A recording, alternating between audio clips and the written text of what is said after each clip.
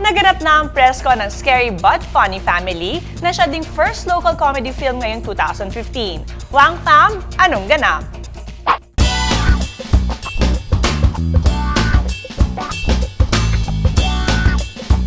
Saksakan ng katatawanan, kulitan at gaya ng inaasahan, mga nakakalokang revelasyon ang press con ng Wang Fam. Si Pokwang parang eternal beauty, yung hindi tumatanda. Dati nang matanda, yung gano'n. Sige na nga, yan ang title niya ngayon, Eternal Beauty. Gusto mo yun? No? Nailibing, nahukay ulit, nailibing, nahukay, eto pa rin. Maganda yun, maniwala. Sobrang saya po. Dahil sobrang bait po kayo.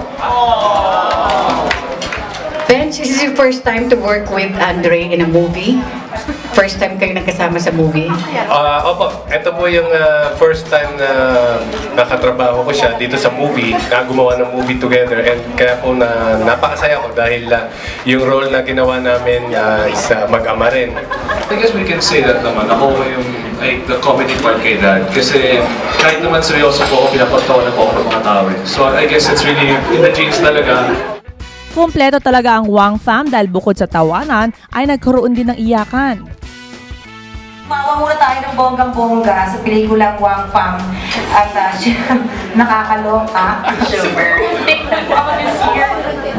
At saka po, ang Wang Fam po ang magiging pinakamasayang set ever na magiging na naging part mo ako. Thank you so much, Direk Wen, for giving us a chance. At alam ko po kasi si Direk Wen, pinaglaban niyo po ako dito.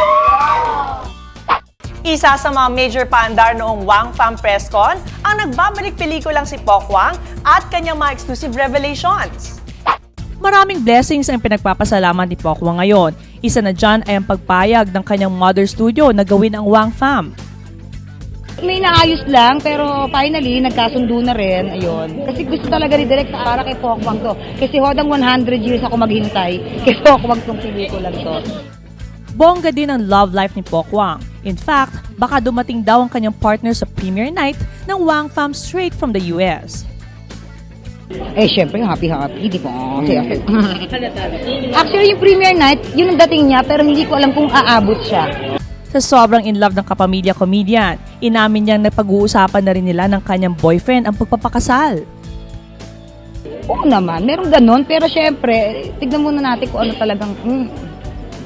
walang pressure. Wala pa. Pag katutubos ko lang yan. Kahit kailan, basta importante, yung, alam mo yon, pinagsama kami ng...